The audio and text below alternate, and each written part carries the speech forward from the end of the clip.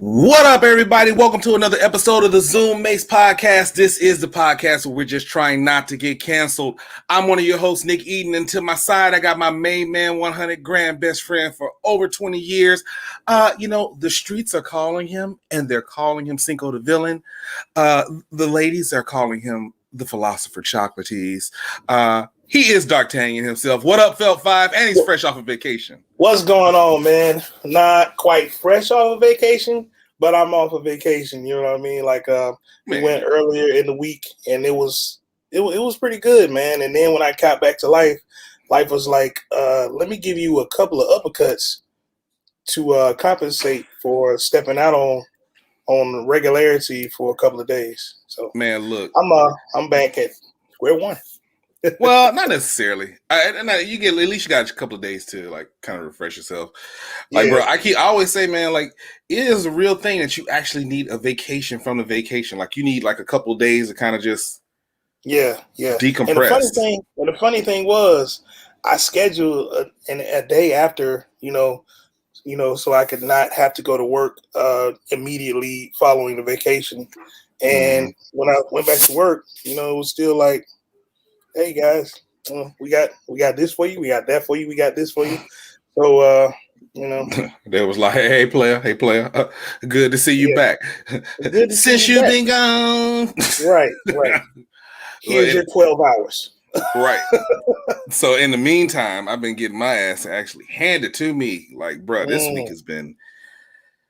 I remember you text me like Thursday or Friday, like, yo, you good? Like, that was just man. Yeah. Like, I hadn't heard from you, and that was weird. And I was like, bro, like, is he straight? Because I'm like, I know what they be taking you through at your position, and you hold a position that's very, is very stressful. Is mentally stressful. Mine is more physically stressful, and you're very important to the ecosphere of.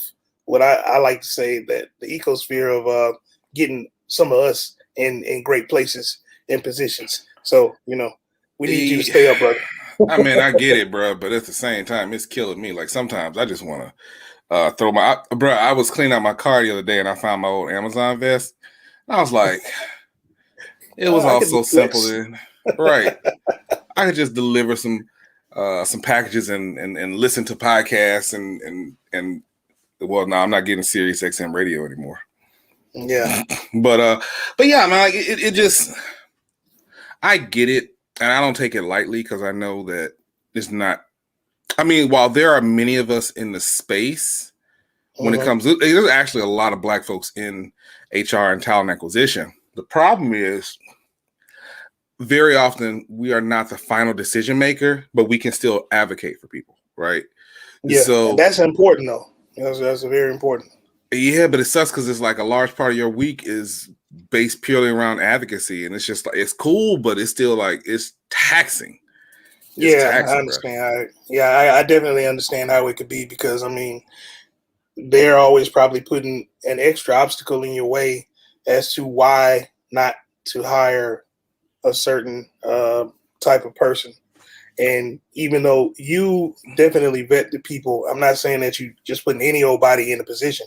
You're definitely vetting people to make sure that they're qualified for the job. But there's also this thing where you're fighting against the nepotism of people wanting to put unqualified people, other people who want to put unqualified people in positions simply because they know them and they're comfortable with their, they've run a college campaign or something versus people who have done real work, Yeah. Well, don't sleep on the college on the campus organizer. But I get what you're saying. But when it comes to when compared to a real campaign, that's outside of school, that's going to be run in a totally different fashion. And I mean, I'm not even in the space, but I know that. You know what I mean? So. Yeah, for sure. Hats off to you, man. Well, it's funny because like in the midst of all that, and I guess you can just kind of go right into it. In the midst of all that, there was a post, one of the HBCU groups that you and I are both a member of. This guy hops on, I want to say it was Wednesday or Thursday. And he was just essentially, saying that, he graduated from college in 2014 with a business management degree. He's been working in fast food management since then, but he feels like, that was kind of beneath him. I don't want to put words in his mouth. He didn't necessarily was beneath him, but he was just basically saying like his degree says that he's more. Yeah, he just wants to move into a new sector of business, and I understand that as a person who has been, I've had so many bad situations that came up to force me into the industry that I'm in. Like it's crazy, man. So I definitely understand where the brother's coming from. Of course, you had some gripes about. I know you had some gripes about the way that he approached things. Well, it wasn't so much. It wasn't so much gripes, but it's a couple of things that just kind of made me look in the grand scheme of conversations that I've had. Stuff that you and I have talked about, other people I've talked to, just over the years, and like, it wasn't so much his gripes, but it's like you're not preparing yourself to take on much more than you can. Like, one of the first things I was like, do you mind if I give you some advice from the standpoint of a hiring director? And he was like, sure. And I'm like, okay, the first thing is you're not very searchable, not the stuff that you're supposed to search. Like, the very first thing when I put in he has a very distinct name. And I know this and you know this. You and I both have very distinct names. Yeah. Right? He has a very distinct name. The moment I put it in, the first thing that comes up is his Instagram. Okay, that's cool. I mean, and don't get me wrong, sometimes, you and I have had recent talks when it comes to like social media, cultivating your Instagram in particular for a brand, a lot of stuff that was talked about on Clubhouse. His stuff was just kind of all over the place. All, kind of, I don't even want to say it, it was kind of raggedy. Like, not raggedy like he's raggedy, but it was just kind of, Yeah, I get what you mean. I get what you mean. I mean, there's a certain way to present yourself, but the good thing is that you ran across that post, and as a hiring manager, you could assist that brother in that manner, because I'm telling you, when I was coming up, if I had that type of leg up, we might be having a different conversation now, because when you're doing the resumes, even in college, when they go through the resume process, and in English class, they show you how to construct your resume and all of that, it's still very general. And, there are terms that a lot of these employers expect. And, frankly, there's no way to really keep up on that stuff. Well, now people have YouTube, so I'm sure there are many videos and stuff, but like when we were coming out of school, it wasn't as advanced. So oh no, I'm sure like I was going into interviews just totally unprepared, saying stuff like I'm a team player, and that's outdated language when it comes to your resume. But at one time that was the thing to say. That's been going for quite a while, brother. That's what I'm saying. You see how far out of it I am. A team player. Yeah, I'm a team player. What's your biggest weakness? My biggest weakness is I take on too much. Like, you know what I mean? Like, is that still the thing? I mean, you tell me. Is that still the thing? Because I mean, that was the thing that I went in interviews. Let me say something. That is like a shark smelling blood in the water. Your biggest weakness is that you take. So you have infinity to take on too much. Oh, we finna pile all this crap on you. Right. You know what I'm saying? Yeah. So it's like, but it's like I'm trying to get the job. And let's not even get on the salary negotiation, because I didn't even know that was a thing. When I was in school, it was just like, man, get the job. Get the job by any means necessary. Get a job, Well, I think that kind of lends itself, and this is not to say that it's all of our community, but there's a large part of our community, especially in our age group, when you consider that our parents were coming into adulthood post civil rights movement. Yeah. Right. So for them, their parents told them the key to success: just go and get your degree, go and get your job, find your nice little desk job. Oh, the best thing you can say in a Black community when it comes to a job is 401k. Now, most of them don't even know what the hell a 401k is, and what it actually does. And I'm not gonna say most of it, but a lot of people don't. Is just the word. It's just the general word of benefits. Right, benefits. You say benefits. You got that good job with the benefits, boy. I heard you got that Blue Cross Blue Shield. Boy, you got the good. Not realize it's the most expensive damn. Yeah. Right. You got a desk. You wear a tie to work. You wear a tie to work. You got an office with a door that closed, boy. They don't even. You ain't even got to have an office. If you get the cubicle, but you got a desk. Right. You got a desk with the. You got your own extension. Go on, baby. You got an email address. You got an email address. Yeah. So it then begs the question of what is success? Like what or what do we consider success? And here's the part where I'm going to challenge some of our administrators, even though I think that they are ridiculously important to the continued success, particularly our HBCUs. Are you still teaching and guiding students from that antiquated way that was coming out of the 70s and 80s when it was just about getting a job? Yeah. Right. To be fair, we've been out of school a while, a long time. So I don't know what they're teaching nowadays. You're right. You come across the recent graduates. So you actually elaborate on that for me, bro. Well, see, and that's what I was just about to say. I come across a lot of recent college grads. A lot of them.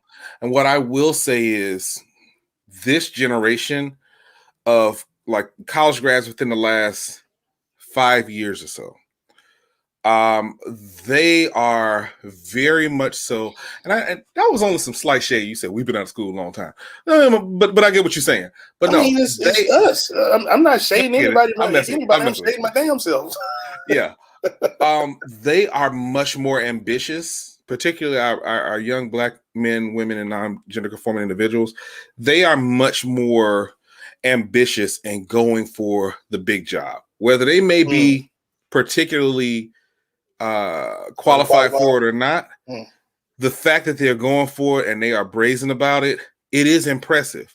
But one thing that kind of goes across the board, they're getting the things, but they're getting them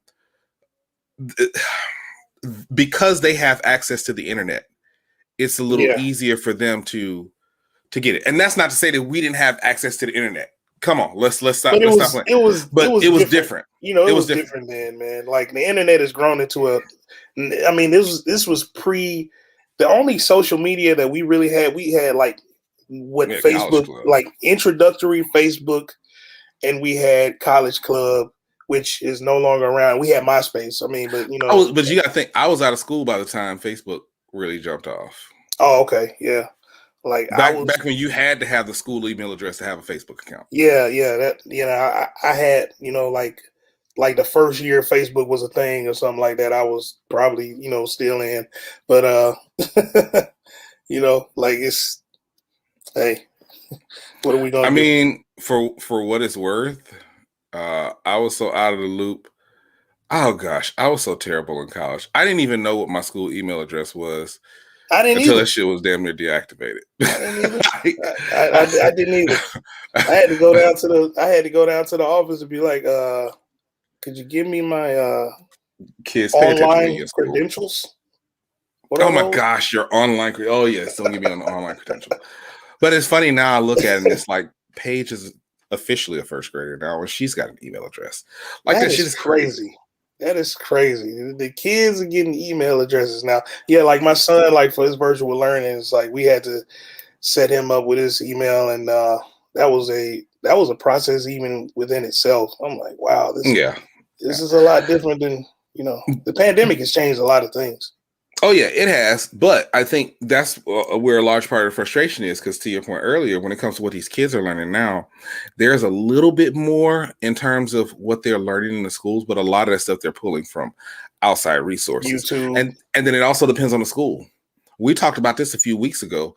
You and I, for those who don't know, we've talked about this on the show. We both invest in crypto, Yeah. We both take you a little bit more than me. Actually, you're a lot more than me.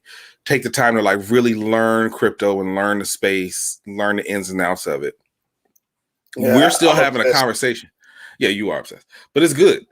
we're still having the community, the conversation in the Black community overall, if we even should be investing in crypto. And meanwhile, places like MIT, Stanford, and UCLA have full-on crypto courses, programs, degree programs. And we around here talking about is it a scam? Like, right. Well, like my boy said, he's like, I'm tired of arguing with people about crypto that lost 20,000 in Susu last year. Like, that hurt me because I lost some money in Susu last year, man. I'm not afraid to say it. I tried to believe in us, and I tried to do community-based economics because that's what the Susu is supposed to be. And by the time it got to me, it was just it faded out a little bit. What happened? We're great at start. You know what, Black? You know what I would say about us, man? As a Black community, we are great at starting things. We come to stuff with the fire of 1,000, 1,000 volcanoes. You know what I mean? We hot as lava. But boy, that cool off is quick. You know what kind of frustrates me about that? Like, because the cool off is quick, and then we don't really get into the technical part of it. Like, okay, prime example. I try not to use us as an example because there's a lot more access to things now. But realistically, a lot of these folks are dealing with the exact same thing that we're dealing with, right? A lot of these kids now are dealing with the same thing that we were dealing with coming right out of college. And that, when it comes to the technical aspect, we're still not talking about money, like actually talking about money in our households, right? Yeah. We don't talk about salary. This is why we don't know that you can negotiate a salary. Yeah, because we were taught not to talk about money. We were taught not to talk about money. You don't talk finances with your family. You don't talk finances with your friends. I guarantee you that the average person who has multiple friends within the industry, the average person from our community, does not know at least what 75% of their friends make in a given year. Yeah. Now, y'all could be in the same industry, y'all could be navigating the same type of waters, and realistically could come up with negotiation strategies to help all of y'all. Because, see, this is what's happening on the other side. When you look at the numbers, statistically, a white college graduate is coming out of school making $40,000 more than a Black college graduate. That's crazy. Now, let's think about this. We're just trying to get a job at $40,000. And they're making $40,000 more. Now, you know what I'll say? I will say one thing that was shocking to me when I got into the field that I'm in. I keep alluding to it. I'm in logistics for anybody that wants to know. When I got into that field, people are not shy about asking how much you make. They're not shy about telling you how much they make a week or a month or whatever. And it was kind of shocking to me because anybody who knows me knows that I am an extraordinarily private person. I do not talk about finances. I don't talk about any, especially with people I don't know and don't trust. It takes a long time for me to trust someone with that type of information because, I feel, I was taught not to do that. And I feel like people will use that information against you if, they haven't acquired a certain level of trust. You know what I mean? But I see what you're saying, though. Let's be real. You still halfway do that. Like low key up until like last year, you still did that with me. We've been friends since '99. Yeah, I don't look, man. It's kind of ingrained in us. It's not, especially not with you. It's not that I didn't trust you. Hell, I've been in business with you before this. You know what I mean? So apparently we were gonna definitely know what each other made, but I just like I said, it's in me, man. Like my mother was an extraordinarily private person. My sister is extraordinarily private. My dad, to some degree, is private. You know what I mean? So we don't talk about those type of things. And to your point, though, that's definitely an important thing within family to speak about. Because you can open doors that you didn't even know were there. Yeah, especially when you consider, again, we're just, oh my goodness, you got the job. That's wonderful. Okay, great. And the perception of the job is this level of success, saying, oh, okay, you do have the cubicle, you do have the tie, you do have the benefits, you got the company email address, you even got some business cards, you got all this stuff, and then you're still making under $30,000 a year. That doesn't mean a damn thing. You know what I mean? Like, right. It doesn't mean a thing. I had all that at one point in my career. I had all that and was making $10 an hour. You know what I'm saying? Like that doesn't mean anything. You know exactly. So it's just a status symbol. And here's the thing: I get it, because to a large part, let's be honest, we are very visual people, right? Yeah. The problem that comes along with that is, if the visual part is all it takes to satisfy you, then it does make sense why we are great at starting something, because we can make something look great. We're great at moving the culture on something that already started and it looked great. Look at Clubhouse. You think about Clubhouse, what we as people were able to do for Clubhouse, what people were able to do to sustain and resurrect Twitter, you know, but and still doing, by the way, because Clubhouse is popping now. Yeah, it's definitely popping. But think about it from this standpoint. We could do that on Clubhouse.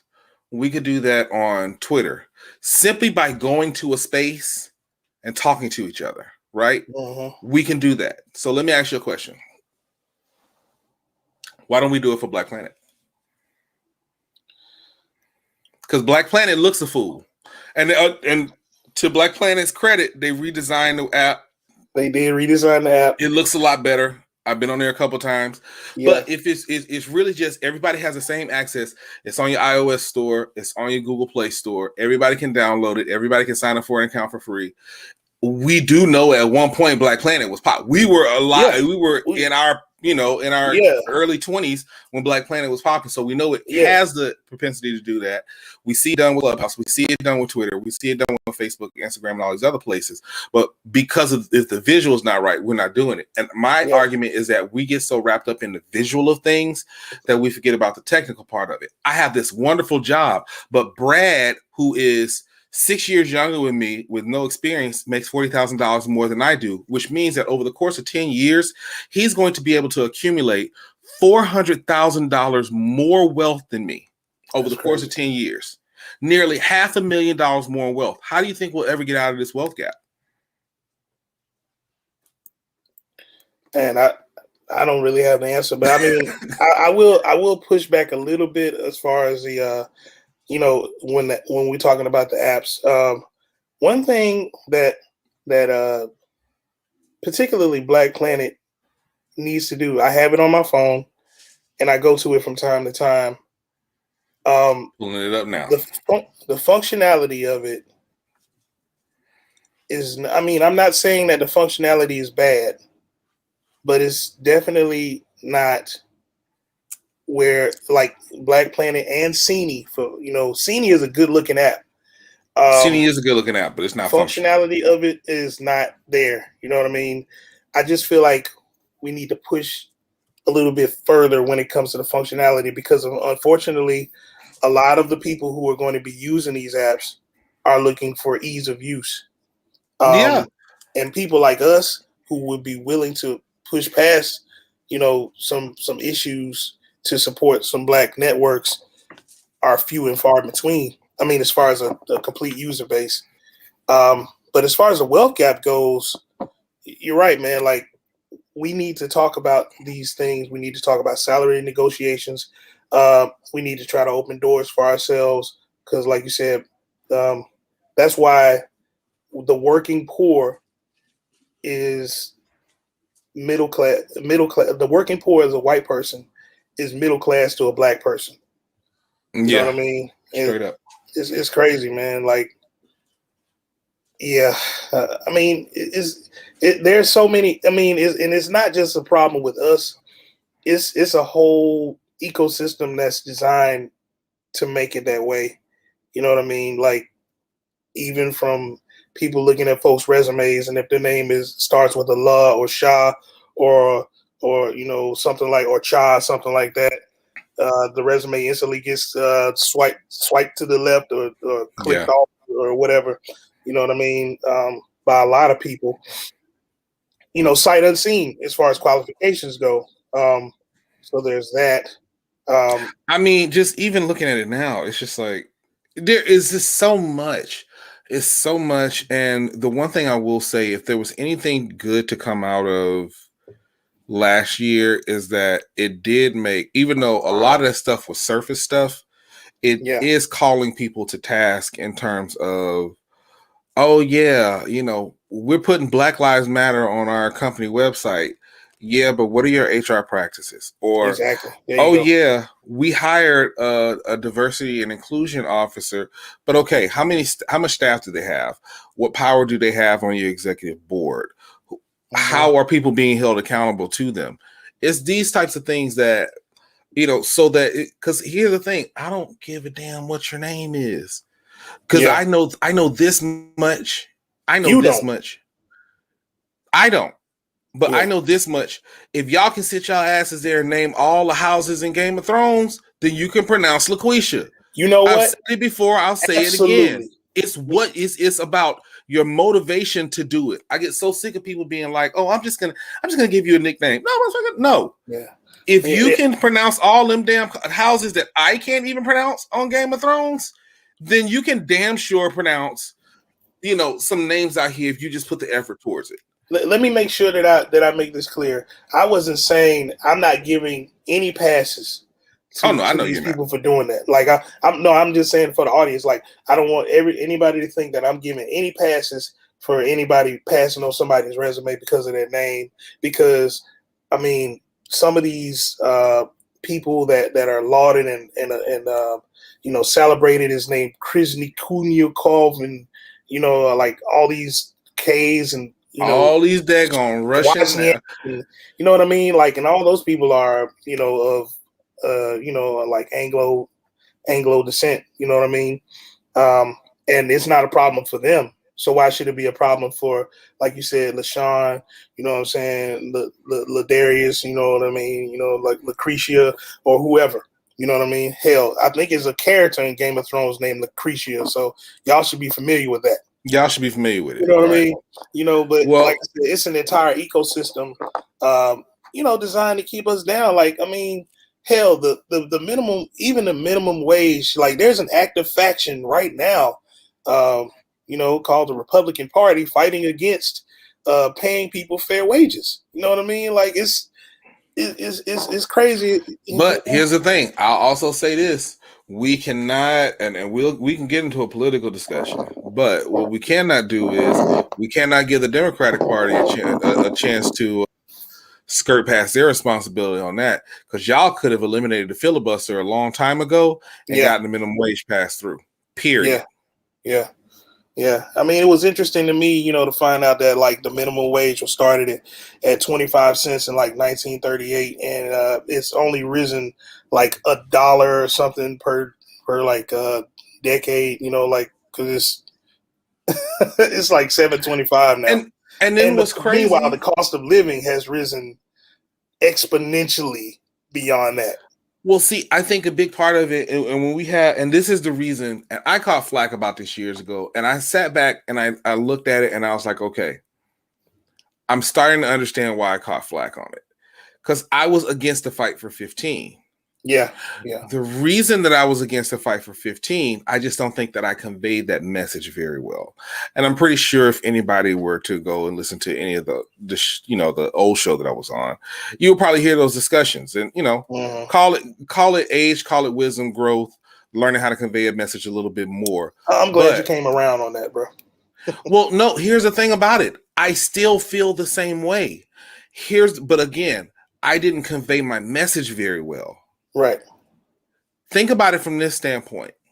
Prime example. You remember when I went to New York, and I was in New York for 3 months in 2018 and run that campaign. Yeah. Now, I was paying people $15 an hour. Mm-hmm. At the time, the minimum wage in New York was $13 an hour. It is now $15. I still keep in touch with a lot of my staff from New York. And you know what? A whole lot of them are still broke as hell. So a blanketed $15 an hour is not going to work nationwide. Yeah. It's not. Because $15 an hour is not going to do anything in Seattle. $15 an hour is not going to do anything in San Diego. It's not going to do anything in Sacramento. You get what I mean? Like there. So I think that it's one of those situations, and this is the part that I didn't convey very well back then, to where you do have to weight certain things. Now, does that mean that, oh yeah, people in Alabama and Mississippi shouldn't get $15 an hour? No, that's not what I'm saying at all. Exactly. You absolutely should.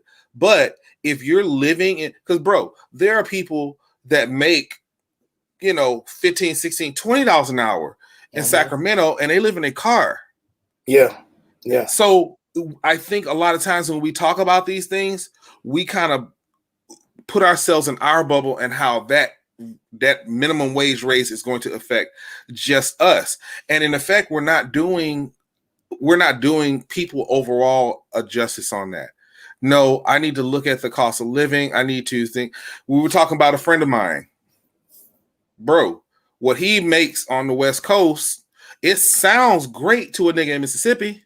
Yeah. It sounds great to a nigga in Mississippi, but when you live in Portland and Seattle and Tacoma and the Bay Area and all, you live anywhere within 100 miles of Silicon Valley, man, if you make 60,000, you make like 60, 70,000 out in San Francisco, you in the poverty, you are poor. You know what I mean? Well, not poor, but you're the working poor. But you're okay. The working poor. I got another friend out there that his main he had two main reasons for wanting to see if he could do his job remotely. This was prior to the pandemic. The first reason was his parents are in SoCal, so and they were older. So he was like, "Look, I want to be closer to my parents. I don't know how much time I have with my parents. I want to spend some more time with them." Yeah. The second thing was the money. He was like, "Look, because he also sells merch, and he was like, honestly, if I can just, I'm not trying to ball out. If I can just replace my job." Now, pay attention to what I just said. I'm not trying to ball out. If I could just replace my job, I'm like, okay, so what's your number? I need to make 120 to replace my job. Do you get what I mean? So like when we get into these talks about it, just this blanket, this is going to solve everybody's problems. I think that's where we have the issue with it. Like, we don't even talk about the people that's making over $150,000 a year. Yeah. Like, let's be real. Yeah. Like, there's folks out there that are making into the 3, 4, like, that whole Kevin Samuels thing about the high value men and all this stuff. Everybody's like, yeah, I mean, y'all act like it's so difficult to make $100,000 a year. Well, first off, your ass ain't making $100,000 a year. Like, that's what I'm saying. Like, the people who are saying that are not making that, and they're just people who like aspire to. And even if you were, you're taxed at. The people that are saying that. I'm not gonna say it because I'm not trying to get canceled. We just try not to get canceled, y'all. But if you're making right at $100,000 a year on paper, you make 6 figures. In actuality, you're making closer to 79. Yeah. Right. Your take home is close between 72 and 79. I don't have the exact math. It depends. If you're married, you're taxed differently. Once you hit over 80,000, you're taxed in a different bracket. So let you be investing in anything. Exactly. If you sell off anything, your capital gains tax is going to be like 38-40%. Exactly. That's why I know, like, most people who get to that level don't even know, or talk about that level don't even know, because the people that are at that level are not talking about that shit. I'm talking about the people that's making $300,000-$400,000 a year. Yeah. Right. That's what I'm talking about. Like, those are the people. But a bigger problem is those are the people that's really good. They're good wherever they are. But bringing it back. What they have done is they've gone beyond the surface, beyond the visual. There are certain industries we just won't. And listen, I know we have people of other cultures that watch us, and that's great. And I appreciate you all. I was looking at some of the demographics. We got a couple of folks in the UK. Shout out to the UK. Hey, we got some folks in I want to say Germany. I wonder if those are old Why Not fans, but we'll figure that out. Yeah. We got some folks in Canada. I mean, so there are people that listen to us from other places, but I'm really wanting to center this around Black Americans because this is an issue that has come up in our community when we don't go into the fields that are really going to put us in position to make that kind of money. Right? Like, these people are making six figures. These people are also working 10, 12 hours a day. It's not, they're not just working 8 to 5, sitting in their high rise. And like they're doing the series. When you're still at the office, when they leave, it's because they're going to fly out somewhere to cut another deal to finance this whole operation. Right. Yeah. Or like, we don't go into sales.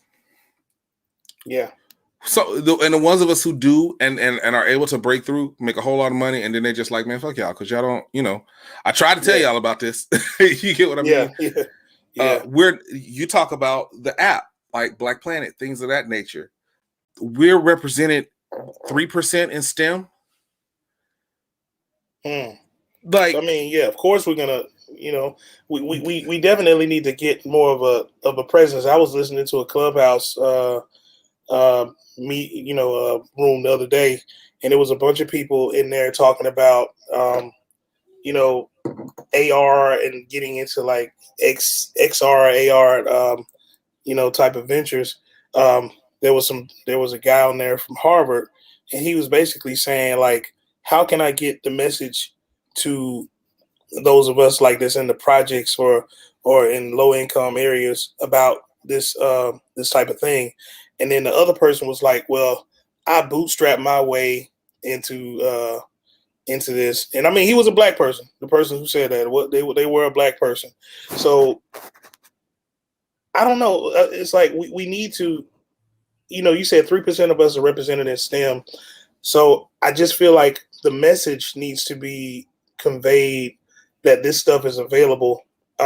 These industries are available because honestly, tech is where it's at, man. Money. That's where it's at. Like you said your daughter wanted to get into a certain field, and that pediatric anesthesiology. Okay, I didn't want to say it in case you didn't want, because I was like, pediatric. No, because I want people to know that this is an actual thing, and it's an actual like the average salary for pediatric anesthesiologists is $272. That's crazy. How many of our kids know that? How many of our kids that could possibly smart kids, but they'll stop at RN or LPN? And we out here squabbling over, trying to get to $50,000. You know what I mean? People out west probably squabbling over 60,000 when people out here making money like this. And like I said, if you get into these new industries like the VR, the XR, they're building this thing called the metaverse. It's one of those things that one of my obsessions, like as far as crypto goes. But the metaverse is basically people are buying real estate plots of land. Well, real plots of land in a virtual world for thousands of dollars. You know what I mean? These are real things that are happening. People don't even talk, like a lot of, if you talk to the average person, they don't know that that's happening. They don't know that somebody bought a virtual plot of land for $20,000 in metaverse. You know what I mean? It sounds crazy. Most folks don't even realize that they can sell the airspace above their house. You own that property. That is you. That is still you. Like it's so much. And this is what I would challenge, because I realize that there's a lot that comes with accreditation. How would you know that? How would you know that you could sell the airspace above your house? Like the average person is not gonna know that. You know what I mean? Like, how do you know that? I knew because there was some white folks talking about it. See. So there you go. So here's the thing. So I will say this. So this will be my challenge. This will be my challenge to everybody that's listening. Very often the conversations that put people in position go on right in front of you. Realize that there's wealth around the corner. There's literally wealth in everything that you're looking at right now. I've talked about this before in another pod. But you're watching wealth right now. I ain't talking about being felt, not yet. No, not yet. But we ain't got it. Don't come looking for it. you're watching this on YouTube. You're listening to it on your podcast platform of choice. There's wealth in that. There's wealth right behind me. Somebody made the paint for the walls. Somebody designed these pictures. Somebody manufactured it. They made the foam boards. They made these headphones. Somebody made this hat. You get what I mean? Like they made the clippers that I use to shave. They made the glasses that Phil has on his face. There is wealth. These headphones. I mean, there's wealth everywhere. You Mm-hmm. got to listen to the conversation. And I'll say this: it takes me to Alonzo Herndon, who's the first Black millionaire in Atlanta. Alonzo had I thought that was Maynard Jackson. No. Okay. I'm off base. My bad. Maynard Jackson's the first Black mayor. Okay. I'm sure. Alonzo Herndon is the first Black millionaire. Gotcha. Out of Atlanta. He had a barbershop downtown Atlanta. And he cut white folks' hair. Yeah. When they're in there talking, he just listened. He paid attention to what they were saying. And he learned how lucrative the insurance game was, which prompted him to start Atlanta Life Insurance. As a matter of fact, very often, our first millionaires coming out of Reconstruction made their wealth in things like insurance, whether it be personal insurance, property insurance, things like that. I cannot wait for Don Cheadle to put the movie out about Jeremiah Hamilton, the Prince of Darkness, who was such a ruthless Haitian brother. Haitian brother, got to represent. Such a ruthless businessman. Like, dude was literally, when there was, he had a white wife living in New York. Like, people were fearful of him. He was just that ruthless in business, but he got his start in insurance. So my challenge to everybody, if you're working a job that you're considering dead end, why don't you listen to some of the conversations there? See what you can pull out of it. Yeah. And then try to build some skills that don't put a cap on it. Fel can tell you, when I first got out of college, mostly everything I worked was sales jobs because I had to. Nobody else would hire me. Because what is insurance? Insurance ain't nothing but sales. Right. But once I realized, okay, there's not a cap on how much I can make. I mean, I had some terrible times in sales. I had some absolutely great times in sales. Yeah. I know I could also level up and get a few stacks within a short amount of time just from my ability to go out and sell. Right. So, but sales might not be for everybody, but there are other ways to do it, and fortunately we're at a time where there's enough, there are enough resources, there are enough certifications, there are enough courses, and then there's just YouTube and just Googling stuff and learning these skills and applying them. I'm telling you, YouTube, I mean, everybody talks about YouTube University, but I don't think people understand the power that's right there in their phones and their laptops. You know what I mean? Because I wish I had this stuff. Because one thing, Nick will tell you this about me. I ain't scared to try something. You know what I mean? No, you definitely not scared. I have Nick talks about sales. Like, a lot of us are scared to get in sales. I wasn't scared to get in sales. I've been in sales. You know what I mean? Yeah. It didn't work out too well for me. but you tried. Yeah, I tried it. You know what I mean? And I honestly feel like if I had been in a different market, it probably would have been, better for me. The area I'm in is like a 116 market. It's not a lot of people. Well, it's a lot of skepticism in my area.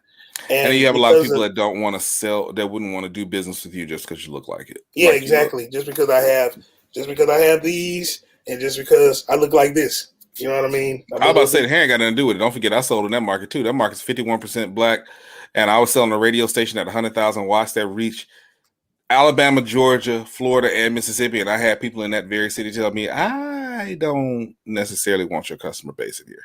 Yeah. Yeah, those type of things have something to do with it.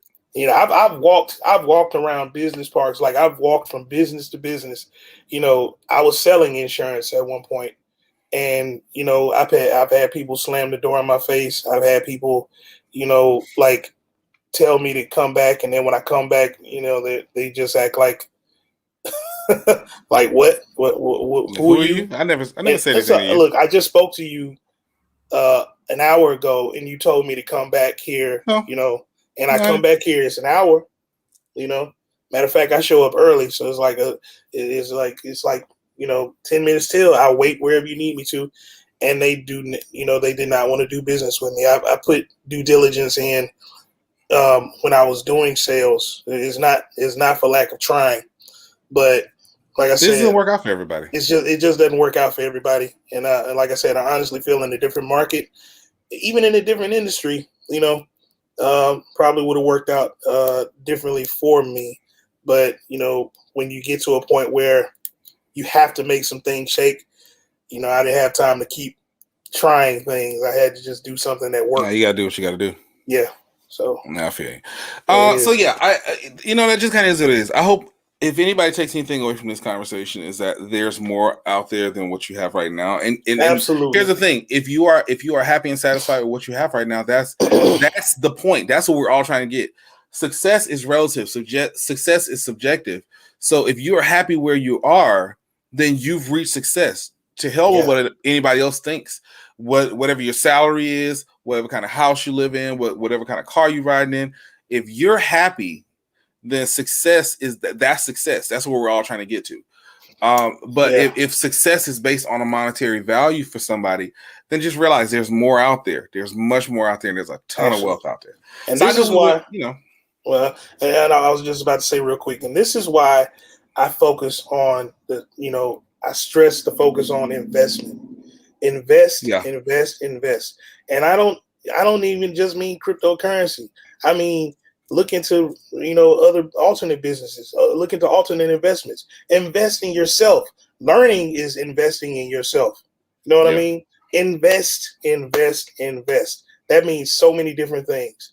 You know what I mean? In my case, it's just, 3 certifications that I'm getting in the talent acquisition and HR space this summer. Yeah, I'm about to enter into a new business venture myself, like where I gain my own authority to run a logistics, to run a logistical company. You know what I mean? So that's an investment that I'm getting into. So hey, wish me well, guys. Yeah, definitely, bro. I mean, invest. Invest. So yeah, man. So like I said, today was a little heavier than usual, so we're gonna lighten it up just a little bit, man. We gotta talk about our go hot of the week, brother. Yeah, man. Like we're gonna lighten the mood up with, like we were doing a series about the verses, but honestly, we ain't ready. So we got things to do.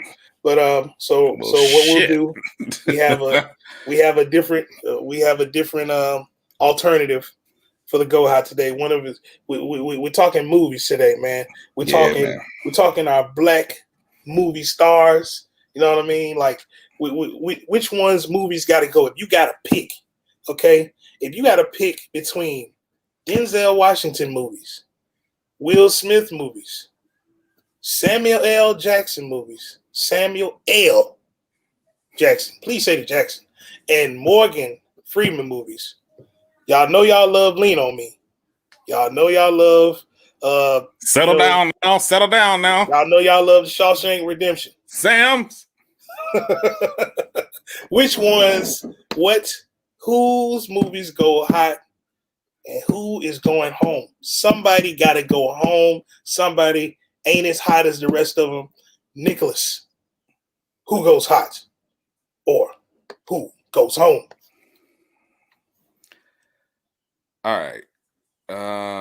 Shit. Boy, we always get some good ones, don't we? We always get some ones that just have you thinking like, damn. Why? All right. I don't want to give none of this up. But you got to give one up. You got to give one up. Let me say this. Say it. This is actually not as hard as I think. Controversial hot take. Yeah, the first person that has to absolutely stay is Morgan Freeman's movies. I cannot have life without lean on me. You smoke crack, don't you? Look at me, boy. Don't you smoke crack? That is a staple of life right there, boy. That is a staple of life. You think you can run this school? If you could, I wouldn't be here, would I? No one talks during my meetings. You take your pencils out and you write. I want the names of every hoodlum, miscreant, and man, look. Keep your hands in the air. Put them up. Like, no. Put them up. God so bless you, man. Morgan Freeman has to stay for that. Morgan Freeman has to stay for you gotta stay for Bruce Glory. Almighty. I was about to say he's got to stay for that. He's got to stay for Glory, and he's got to stay for Bruce Almighty. And my man's played God in a movie, son. Right, and everybody just kind of unilaterally calls him the voice of God. Yeah, he's the voice of God.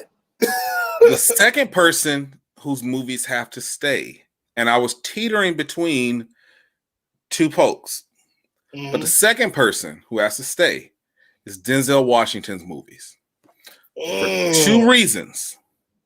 Two reasons and two reasons only. Okay. The first, Remember the Titans, is my favorite movie of all time. I can watch that movie back to back to back. It's my favorite movie of all time. Period. Okay. The second is because Denzel Washington was such an integral part to my childhood because my mother absolutely loves him. So all the Denzel movies that came out, we watched them over and over and over. And plus, he played Malcolm X. We can't have life without Malcolm X. Can you imagine? Look at yourself. Can you imagine life without Malcolm X, man? What the fuck was in his fingers? Like American Gangster, remember? Dog, because he cooked up all the motherfucking time. Huh? Man, even the size of Training Day. Like Training Day was not, the movie that he deserved a damn Oscar for. But the way all of y'all, I'm putting cases on all you bitches. Okay. I ain't gonna lie. Motherfuckers. I was not a fan that much. I thought Training Day was good. I didn't think it was his best. I think there was so much more he could have won. It was not his But Oscar on that movie. part, but listen. They did that because they ain't giving Malcolm X. On that part, when he was like, okay, I was like, I believe that motherfucker. hey, bro, and even most recently, have you seen Fences? The August Wilson joint? I've seen the play version of which both. Talking about with James Earl Jones. Hold on. I've seen the play version with James Earl Jones, and I've seen the play version with Denzel Washington. I have not seen the movie. Okay, well, I mean, you've seen him perform it, so I've seen it perform. But it's because it was so. It's hard because it was such a dynamic. Because I'm still conflicted till this day about the performance of James Earl Jones versus the performance of Denzel Washington. A lot of people are like, "Oh, we should just we don't have to do that." So I'm still conflicted. We ain't doing that. We're not doing that. So anyway, suffice it to say, that's Denzel got to say. So between Samuel L. Jackson and Will Smith, and I love them both very dearly. I know who you're picking. You think you do? I know who you're picking. If there is no Samuel L. Jackson, there's no MCU, and I just can't have that. So I'm sorry, Will Smith. Yeah, gotta go. Gotta go. You gotta go. Yep. Look, when you're right, brother, you are right. Okay. Look, now my order is a little bit different. Okay. But the end result is still the same. I'll go ahead and take out the fear right now. Will, you got to go, man. I love Bad Boys. I love Independence Day. That's my jam. That's Impossible White Man movie. Shout out to Rod and Karen from the Black Guy Who Tips for that. The Impossible White Man movie. He does a great job. Is that?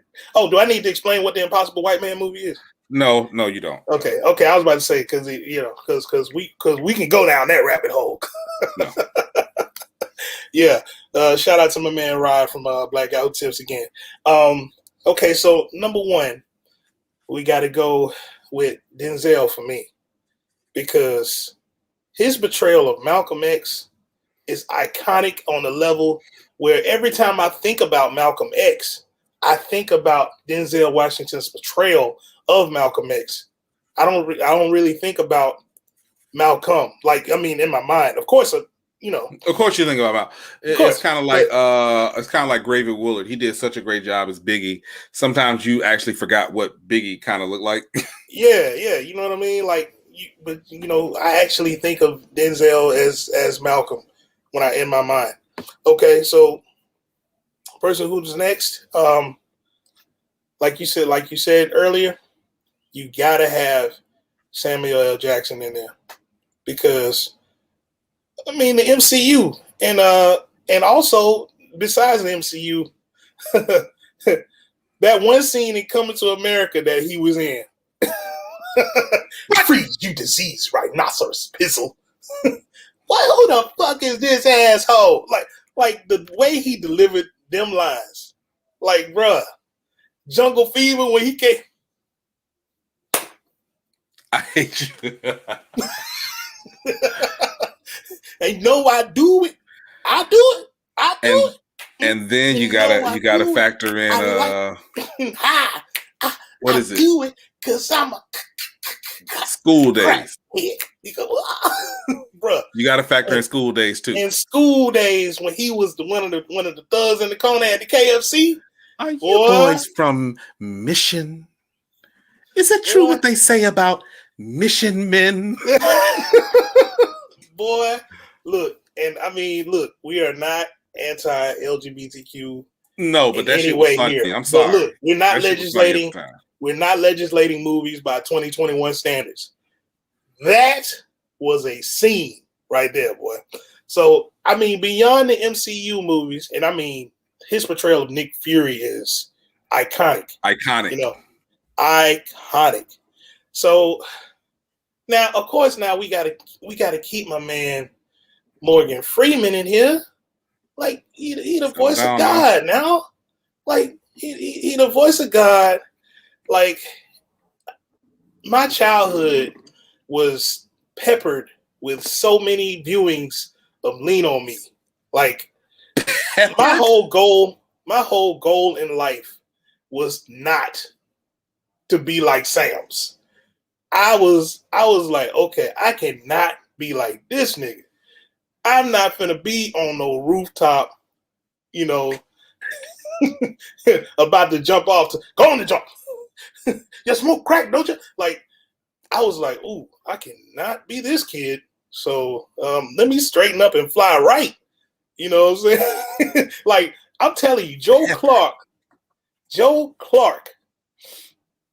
portrayal of Joe Clark was one of the best displays of a principal that I've seen. And my mom was a principal. Okay?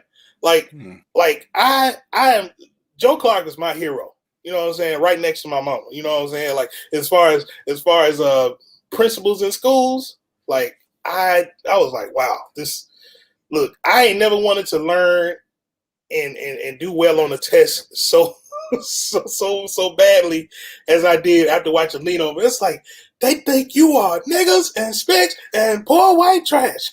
We make liars out of those bastards, and we're gonna get past the basic skills test. Man, look, I'm telling you, boy, I was ready to learn. I'm ready to learn. And when that little song, ooh yeah. Now the music in it was horrible. It was 80s. Okay, it was the 80s. You are somebody. Like, bro, even as a little kid, I like the song. There. I like the song as a little kid, okay? I'm not even going to front to you. But for those reasons, Morgan Freeman has to stay.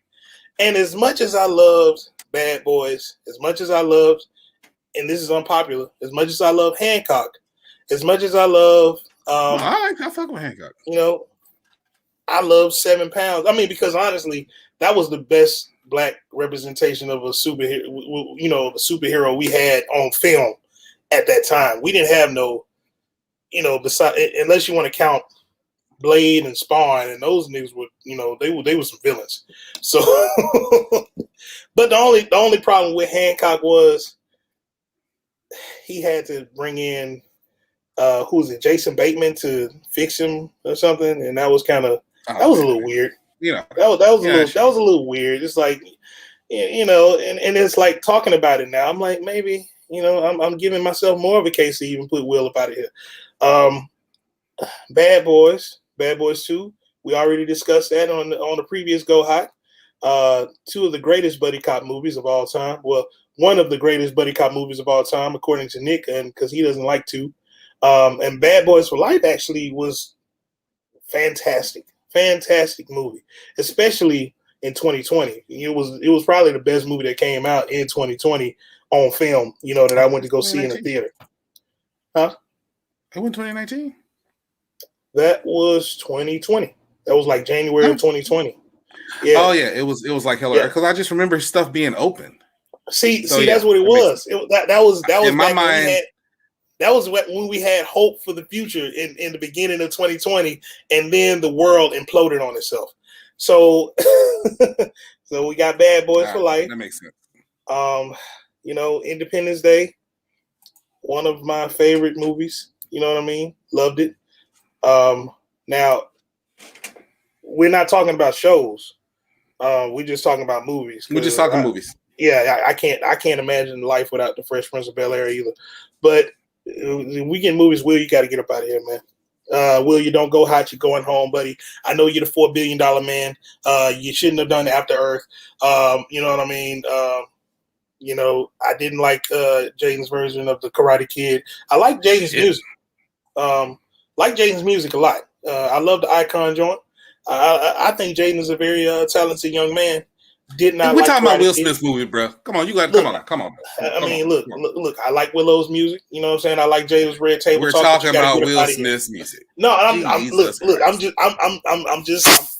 airing out my grievances with my man Will right now. Okay, I like the dad bod pictures. You know what I'm saying? Like you put on for the dad bods. You know what I'm saying? I appreciate that, brother. But you got to go. Everybody make sure you follow the Zoommates on Instagram at the Zoommates, at Felt5, and at Nick Eden.